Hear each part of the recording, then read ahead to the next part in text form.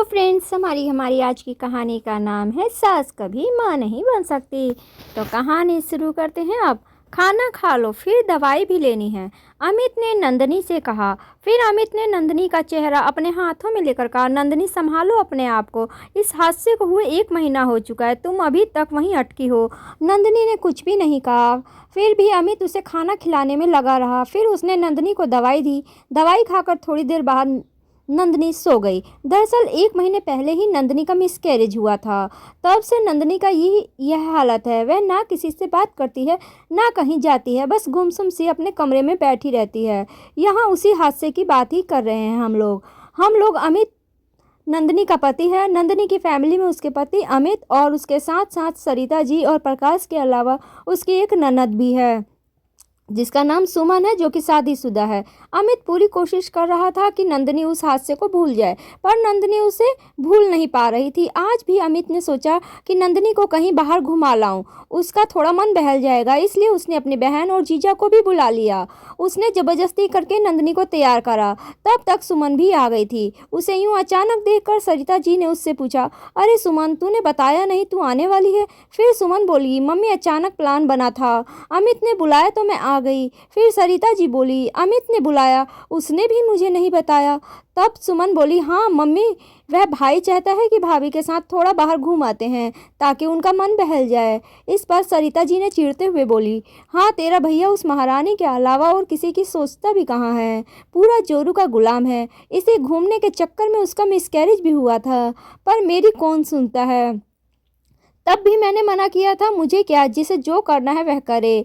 पर यह सब अमित ने भी सुन लिया। वह सुमन को बुलाने आ रहा था। फिर वह सरिता के सामने जाकर खड़ा हो गया। उसे सामने देखकर सरिता जी हड़बड़ा गई। फिर अमित बोला, क्यों माँ, अपनी पत्नी के बारे में सोचना गलत है क्या? लोग ठीक ही कहते हैं, लोग सास कभी माँ नहीं बन सकती। तभी सरिता बोली, देखो अमित, मैं जो भी कह रही थी तुम्हारी और उसकी भलाई के लिए ही कह रही थी। पिछली बार भी तो मैंने मना किया था, पर फिर भी तो पार्टी में गई। तब अमित बोला, बस माँ बस, आपको सच नहीं पता, नंदनी तो उस पार्टी में नहीं जाना चाहती थी, मैंने ही उससे ज़बरदस्ती की थी। वह तो ड्रेस भी नहीं पहनना चाहती थी, वो वाली, वह तो मैंने ही उसे ला करके दी। मेरा मन रखने के लिए उसने पहन लिया और उस ड्रेस को पहनने में उसको अब पैर अटक गया और वह गलती से गिर गई। इस सब का जिम्मेदार तो मैं हुआ ना माँ। आप सजा नंदनी को क्यों दे रही हो? माँ लड़कियाँ तो शायद तभी माँ बन जाती हैं जिस पल उनके कोख में बच्चा होता है, उसी पल वह बच्चे से जुड़ जाती हैं। पर आदमी तो तब पिता बनता है जब वह अपने बच्चे को अपने हाथ में लेता है। फिर माँ, आपने नंदनी को गुनहगार कैसे बना दिया बजाय उसका दुख समझने के। हाँ माँ, सब मेरी ही गलती थी, मैंने ही उसे मजबूर किया था। वह तो मना कर ही रही थी, पर माँ वो एक हादसा था, शायद वह हमारे नसीब में नहीं था, इसलिए भगवान ने वापस ले लिया। और हादसे होते रहते हैं, उन हादसों के कारण हम जीना नहीं छोड़ते। सड़क पर तो रोज़ हादसे होते हैं, इसका मतलब यह नहीं कि हम सड़क पर चलना छोड़ देंगे।